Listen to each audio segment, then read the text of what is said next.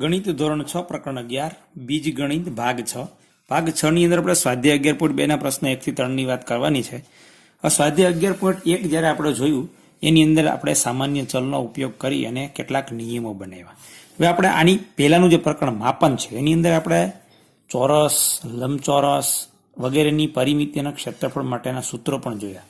આપણે એને યાદ કરી લઈએ. આપણે એની અંદર પણ જાણે અજાણે પણ ચલનો ઉપયોગ કરીને નિયમ તો બનાવ્યા જ હતા.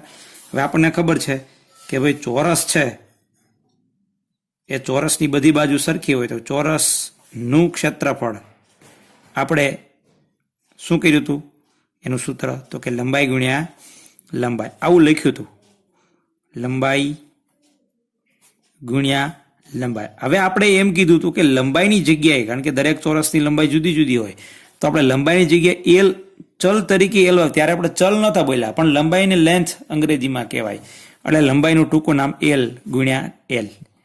બરાબર. આવો નિયમ આપણે માપનની અંદર શીખી ગયા કે ભાઈ ચોરસનું ક્ષેત્રફળ તો કે એલ ગુણ્યા એલ. ત્યારે આપણે એના ચલ તરીકે નહોતું કીધું, પણ હવે આપણને ખબર પડી ગઈ ત્યારે જે વપરાશ કરી છે આપણે અજ્ઞાત સંખ્યા તરીકે ચલની કરી છે. એવી રીતે આપણે ચોરસની પરિમિતિ માટે પણ સૂત્ર ધાર્યું હતું, ચોરસની પરિમિતિ. બરાબર. તો ચોરસની પરિમિતિની અંદર આપણે શું સૂત્ર ધાર્યું હતું તો કે 4 ગુણ્યા લંબાઈ, આવું ધાર્યું હતું. બરાબર. તો 4 ગુણ્યા લંબાઈને આપણે અંગ્રેજીમાં એલ કીધું હતું, 4 ગુણ્યા એલ એટલે આપણે એને શું લખ્યું હતું 4L. બરાબર. તો આ પણ એ જગ્યાએ પણ ચોરસની પરિમિતિ માટેનો આપણે નિયમ ધાર્યો હતો 4L. પરિમિતિને આપણે પી કહીએ છીએ, પેરામીટર. તો પી બરાબર સૂત્ર થઈ ગયું પી બરાબર 4L. ચોરસની પરિમિતિનું સૂત્ર પી બરાબર 4L. આ એક નિયમ બની ગયો. એવી રીતે આપણે લંબચોરસ માટે પણ કામ કર્યું હતું કે લંબચોરસનું ક્ષેત્રફળ, લંબચોરસનું ક્ષેત્રફળ બરાબર શું લખ્યું હતું તો કે લંબાઈ ગુણ્યા પહોળાઈ, લંબાઈ ગુણ્યા પહોળાઈ. પણ લંબાઈને તો આપણે ત્યાં ચલ વાપરો તો કયો તો કે એલ, અને પહોળાઈને બિહાડી કહેવાય તો પહોળાઈની જગ્યાએ ચલ વાપરો તો બી, એટલે આપણે નિયમ થઈ ગયો તો એલ ગુણ્યા બી. આ એક નિયમ હતો. એલ ગુણ્યા બી ને આપણે એલ બી પણ કહી શકીએ. એલ બી નો અર્થ થાય એલ ગુણ્યા બી. આ એક નિયમ હતો. ક્ષેત્રફળને આપણે એરિયા તરીકે ઓળખીએ તો નિયમ થઈ ગયો એ બરાબર એલ બી. અહીંયા પણ ક્ષેત્રફળને એ તરીકે ઓળખીએ તો એ બરાબર થઈ ગયો એલ ગુણ્યા એલ ને આપણે એલ વર્ગ તરીકે પણ ઓળખતા હતા. આ પણ એક પ્રકારનો નિયમ થઈ ગયો. બરાબર. એવી રીતે આપણે લંબચોરસની પરિમિતિ નું પણ સૂત્ર આપણે માપનની અંદર જોઈ ગયા. લંબચોરસની પરિમિતિ તેમાં શું થતું હતું તો કે લંબાઈ, ટૂંકમાં લખું છું, લંબાઈ વત્તા પહોળાઈ વત્તા લંબાઈ વત્તા પહોળાઈ, એટલે 2 વખત લંબાઈ થઈ ગઈ. 2 વખત લંબાઈ એટલે 2 ગુણ્યા લંબાઈ વત્તા પહોળાઈ 2 વખત થઈ ગઈ, પહોળાઈ વત્તા પહોળાઈ એટલે 2 વખત પહોળાઈ, એટલે 2 ગુણ્યા પહોળાઈ. બરાબર. 2 ગુણ્યા પહોળાઈ. લંબાઈને આપણે એલ કીધો એટલે 2 ગુણ્યા એલ, અને પહોળાઈને આપણે બી કીધો એટલે 2 ગુણ્યા બી. આ નવું સૂત્ર થઈ ગયું લંબચોરસની પરિમિતિ માટેનું. આવું આપણે તાર્યું હતું. અથવા તો 2 સામાન્ય કાઢી તો સૂત્ર આવું લખ્યું હતું 2 કૌંસમાં એલ વત્તા બી. આ પણ આપણું લંબચોરસની પરિમિતિ માટેનું સૂત્ર હતું. આ આપણે ભૂમિતિની અંદર આપણે ચલનો ઉપયોગ કર્યો હતો, પણ આપણને ખબર નહોતી કે આપણે ચલનો ઉપયોગ કરીએ છીએ. હવે આપણે શું કરવાનું છે, સ્વાધ્યાય 11.2 ની અંદર કેટલાક નિયમિત આકારો અને એની પરિમિતિના સૂત્ર તારવવાના છે. હવે પહેલા તો નિયમિત આકાર કેને કહેવાય એ આપણે માપનની અંદર શીખી ગયા. તો કે જેમની દરેક બાજુની લંબાઈ સરખી હોય, જેમની દરેક બાજુની લંબાઈ સરખી હોય અને દરેક ખૂણાના માપ પણ સરખા હોય એવા આકારને નિયમિત આકાર કહેવાય. તો આપણે જોયું હતું કે ચોરસ જે છે એ ચોરસની ચારેય બાજુની લંબાઈ સરખી હોય અને એના દરેક ખૂણા કાટખૂણા હોય, માટે એને આપણે નિયમિત આકાર કહેતા હતા. હવે જો નિયમિત આકારની વાત કરીએ તો એનું સૂત્ર આપણે સીધું મળી ગયું હતું. ચોરસની પરિમિતિ, જ્યાં આપણે નિયમિત આકારની પરિમિતિ મેળવવા માટે શું લખતા હતા, કોઈ પણ આકાર નિયમિત હોય તો નિયમિત આકારની પરિમિતિ આપણે આવી રીતે લખતા હતા, નિયમિત આકારની પરિમિતિ. ક્ષેત્રફળ માટેની વાત નથી, પરિમિતિની વાત કરું છું. પરિમિતિ બરાબર શું લખતા હતા તો કે બાજુની સંખ્યા ગુણ્યા એક બાજુની લંબાઈ આવી રીતે લખતા હતા. એક બાજુની લંબાઈ. જો ત્રિકોણ હોય સમબાજુ તો એને 3 બાજુ હોય તો 3 ગુણ્યા એક બાજુની લંબાઈ. ચતુષ્કોણ એટલે કે ચોરસ હોય, એ નિયમિત આકાર છે ચોરસ, તો ચોરસની અંદર 4 બાજુ હોય તો 4 ગુણ્યા એક બાજુની લંબાઈ. એવું સૂત્ર આપણે માપનની અંદર નિયમિત આકારોની પરિમિતિ શોધવા માટે મેળવતા હતા. હવે આપણે અહીંયા દાખલો પહેલો છે. પહેલો શું છે કે સમબાજુ ત્રિકોણની લંબાઈને એલ વડે દર્શાવી. આ એલ નો ઉપયોગ કરીને સમબાજુ ત્રિકોણની પરિમિતિ દર્શાવો. તો પેલા તો સમબાજુ ત્રિકોણ કેને કહેવાય? એટલે કે એક પ્રકારની નિયમિત આકૃતિ છે. નિયમિત એટલે જેની બધી બાજુની લંબાઈ સરખી અને બધા ખૂણાના માપ સરખા. એને શું કીધું? સમબાજુ ત્રિકોણની લંબાઈને એલ વડે. દરેક બાજુની લંબાઈ, આનું માપ એલ છે, આનું માપ પણ એલ અને આનું માપ પણ એલ. એલ એટલે બધું સરખું છે. 5 હોય તો દરેકનું માપ 5 સેન્ટીમીટર, 10 હોય તો દરેકનું માપ 10 સેન્ટીમીટર. તો આપણે નિયમિત આકારની પરિમિતિ મેળવતા શીખી ગયા હતા. તો અહીંયા સમબાજુ ત્રિકોણ છે. સમબાજુ એટલે નિયમિત ત્રિકોણ, બરાબર. અહીંયા આપણે કીધું છે કે અહીં સમબાજુ ત્રિકોણની દરેક બાજુની લંબાઈ કેટલી છે? એલ છે, એટલે કે સરખી છે બધી. એલ તરીકે, એલ ચલ તરીકે લીધો છે. એલ નું માપ કોઈ પણ હોય, બરાબર. એલ ચલ તરીકે અહીંયા લેવાનો છે.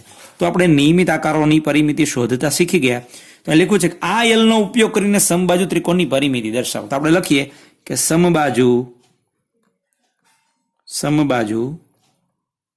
ત્રિકોણની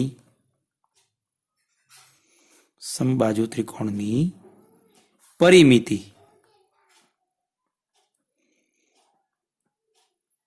બરાબર શું લખીએ આપણે? 3 બાજુ એટલે 3 ગુણ્યા એક બાજુનું માપ એટલે લંબાઈ. એક બાજુની લંબાઈ લખો કે માપ લખો? એક બાજુની લંબાઈ. એક બાજુ એટલે કે દરેક બાજુની લંબાઈ એલ છે, એટલે કે નિયમ થઈ ગયો 3 ગુણ્યા એક બાજુની લંબાઈ કેટલી? દરેકનું એલ છે એટલે એકની પણ એલ જ હોય, એટલે જવાબ થઈ ગયો 3 ગુણ્યા એટલે કે 3 એલ. આ નિયમ બની ગયો. સમબાજુ ત્રિકોણની પરિમિતિનું સૂત્ર 3 એલ. સમજ પડી ગઈ? એવી રીતે 4 બાજુ હોય તો 4 એલ, 5 બાજુ હોય તો 5 એલ, 6 બાજુ હોય તો 6 એલ. પણ આકાર નિયમિત હોવો જોઈએ. નિયમિત એટલે કે દરેક બાજુની લંબાઈ એક સરખી હોય. આ કેવી રીતે આવ્યું ખરેખર? આપણે આ ત્રિકોણની પરિમિતિ મળે શું લખીએ? ત્રિકોણની પરિમિતિ બરાબર એક બાજુની લંબાઈ વત્તા બીજી બાજુની લંબાઈ વત્તા ત્રીજી બાજુની લંબાઈ. પણ અહીંયા ત્રણેયનું માપ કેવું છે? L L L. તો એલ વત્તા એલ. આપણે પુનરાવર્તિત સરવાળાના ગુણાકાર સ્વરૂપે લખીએ છીએ. 3 વખત એલ એટલે 3 એલ. 3 ગુણ્યા એલ એટલે કે 3 એલ, બરાબર. એવી જ રીતે અહીંયા બીજો આકાર આપ્યો છે નિયમિત ષટકોણ. નિયમિત ષટકોણ અહીંયા આપણે આકૃતિ દોરીએ. આપણે એમનેમ દોરીએ છીએ એટલે કાચી આકૃતિ થશે, અને એ જે છે અહીંયા આપણે આકૃતિ આપી છે પણ એ આપણે કાચી દોરવાનો પ્રયત્ન કરીએ છીએ. અહીંયા તમને નિયમિત ષટકોણની આકૃતિ એમણે આપી લીધી છે. આ નિયમિત ષટકોણ છે. નિયમિત તમે જોઈ શકો દરેક ખૂણાનું માપ સરખું હોય, દરેક બાજુની લંબાઈ એલ એટલે કે સરખી. 5 હોય તો 5, 7 હોય તો 7, 8 હોય તો 8, દરેકનું માપ સરખું. આ નિયમિત ષટકોણ છે, બરાબર. એને આકૃતિ આપણને આપી દીધી છે. આપણે દોરીએ. આ એક બાજુ, આ બીજી બાજુ, આ ત્રીજી બાજુ, આ ચોથી બાજુ, આ પાંચમી બાજુ અને આ છઠ્ઠી બાજુ. આ નિયમિત દોરવાનો પ્રયત્ન કર્યો છે મેં. આ નિયમિત છે નહીં મારી, કારણ કે મેં માપા વગર બનાવ્યું છે. દરેકનું માપ કેટલું છે? L L L L L અને એલ. તો આ જે નિયમિત આકાર છે એની પરિમિતિ શું થાય? તો કે નિયમિત ષટકોણની પરિમિતિ બરાબર કેટલી બાજુ છે? બાજુની સંખ્યા તો કે 6 ગુણ્યા એક બાજુની લંબાઈ. તો આપણે લખશું નિયમિત. અહીં લખીએ કે અહીં નિયમિત ષટકોણની, ષટ એટલે 6, કોણ એટલે ખૂણા, ષટકોણની દરેક બાજુની લંબાઈ કેટલી છે? એલ છે. પછી સેન્ટીમીટર હોય કે મીટર હોય એનાથી મતલબ નથી. હવે આગળ લખીએ, નિયમિત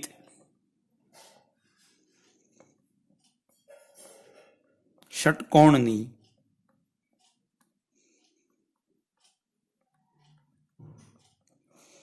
પરિમિતિ બરાબર કેટલી બાજુની સંખ્યા કેટલી છે? તો કે બાજુની સંખ્યા ગુણ્યા એક બાજુની લંબાઈ, એટલે કે 6 ગુણ્યા એક બાજુની લંબાઈ. આવું માપનની અંદર શીખી ગયા છે, એક બાજુની લંબાઈ. તો 6 ગુણ્યા એક બાજુની લંબાઈ એટલે કે કેટલી છે? તો કે એલ. 6 ગુણ્યા એલ એટલે સૂત્ર થઈ ગયું 6L. 6 ગુણ્યા એલ એટલે 6L એટલે 6 ગુણ્યા એલ છે. હવે આપણે અહીંયા બે દાખલા જોયા, પહેલો અને આ બીજો. હવે જોઈએ ત્રીજો દાખલો. ત્રીજો દાખલો છે, એની અંદર આપણને આવો નિયમિત ઘન, અત્યાર સુધી આપણે જે આકૃતિ જોઈ ને સમતલી આકૃતિ હતી કે આની અંદર દોરી શકાય. આની અંદર તમે જુઓ તો આ લંબાઈ, પહોળાઈ અને ઊંચાઈ અને 3 પરિમાણ છે. આ લંબાઈ, આ પહોળાઈ અને આ ઊંચાઈ. બરાબર, લંબાઈ, પહોળાઈ અને ઊંચાઈ. તો આને ઘન આકૃતિ કહેવાય. પણ આ ઘન આકૃતિ એવી છે કે જેના દરેક ચોરસ, જો તમે 6 સપાટી છે, 1 2 3 4 5 અને આ 6 આની સપાટીઓ છે. પણ 6 ના માપ સરખા છે. દરેક સપાટી કેવી છે? ચોરસ. દરેક સપાટી કેટલી છે? કેવી છે? ચોરસ. હવે તમે આની ધાર ગણો એટલે કે બાજુ, તો કે 1 2 3 4, પાછળ 5 6 7 8 9 10 11 અને 12.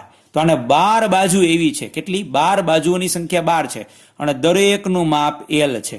એલ એટલે સરખું છે. આ નિયમિત આકાર છે, નિયમિત ઘન છે અને આનું નામ કહેવાય સમઘન. બરાબર, સમઘન એ નિયમિત ઘન કહેવાય.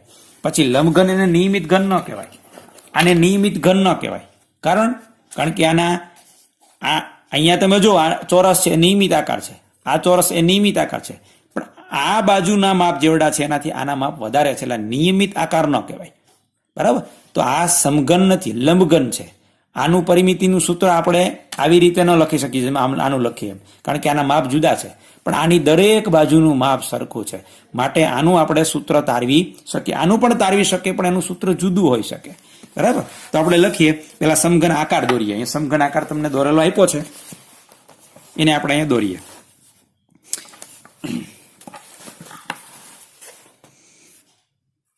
પેલા ચોરસ દોરી દેવાનો. હું હાથથી દોરું છું એટલે થોડું ઘણું કદાચ આગા પાછું થઈ શકે. બરાબર, આ થઈ ગયો. પછી ઉપરનો ચોરસ દોરી દેવાનો. પછી આ બાજુનો ચોરસ દોરી દેવાનો અને પાછળનો ચોરસ. પાછળનો ચોરસ આપણને દેખાય નહીં એટલે આપણે એને ડોટેડ આકૃતિથી, એટલે કે ટપકા જોડીને આકૃતિ બનાવી દઈશું. બરાબર, આ આપણો સમઘન થઈ ગયો. દરેક બાજુનું માપ કેટલું છે? L L L L. બધા એલ છે, બધા લખતો નથી. બરાબર, હવે અહીંયા આપણને જે કીધું છે એનું કામ કરીએ. શું કીધું છે? કે 6 સપાટી, આ 6 સપાટીઓ છે ને, 1 2 3 4 5 અને 6 દેખાય છે ને? 6 સપાટી, એક નીચે એક ઉપર અને 4 આ 1 2 3 અને 4, 6 સપાટી. અને દરેક સપાટી ચોરસ. તમે જો આ ચોરસ, આ ચોરસ, આ ચોરસ, આ ચોરસ, બધી ચોરસ ચોરસ હોય તેવા ત્રિપરિમાણીય ઘન. અને ત્રિપરિમાણીય કારણ કે 3 પરિમાણ છે, લંબાઈ, પહોળાઈ ને ઊંચાઈ. આ ઘન આકૃતિમાં અહીંયા આકૃતિમાં દર્શાવેલ છે. ઘનની ધારની લંબાઈને, આ ઘનની દરેક ધારને આને ધાર કહેવાય. આ દરેક છે અને ધાર કહેવાય. બરાબર, દરેક ધારને એલ વડે દર્શાવી. આ ઘનની ધારની કુલ લંબાઈનું સૂત્ર, કુલ લંબાઈ એટલે કે આની પરિમિતિ. બરાબર, તો આપણે અહીંયા લખી શકીએ કે અહીં આ નિયમિત ઘન કહી શકો અથવા સમઘન કહી શકો. અહીં નિયમિત ઘનની દરેક ધારનું એટલે કે બાજુનું, ધારનું એટલે કે બાજુ લખો તો એ વાંધો નહીં, નું માપ કેટલું છે? એલ છે. લંબાઈ લખો કે માપ લખો. હવે આપણે લખી શકીએ કે આને કુલ કેટલી સપાટીઓ, કેટલી ધાર? સપાટી 6 પણ ધાર કેટલી? 4 આ 8 અને 4 આ 12 ધાર છે. તો આપણે લખી શકીએ કે નિયમિત ઘન, એને આપણે નામ લખવું હોય તો શું કહેવાય? સમઘનો ની પરિમિતિ સૂત્ર બરાબર બાજુની સંખ્યા કેટલી? તો કે 12 ગુણ્યા એક બાજુનું માપ અથવા એક બાજુની લંબાઈ. ટૂંકમાં લખું છું લંબ બરાબર 12 ગુણ્યા એક બાજુની લંબાઈ, એટલે દરેક બાજુની લંબાઈ કેટલી છે? તો કે એલ. તો સૂત્ર થઈ ગયું 12 ગુણ્યા એલ એટલે કે 12 એલ.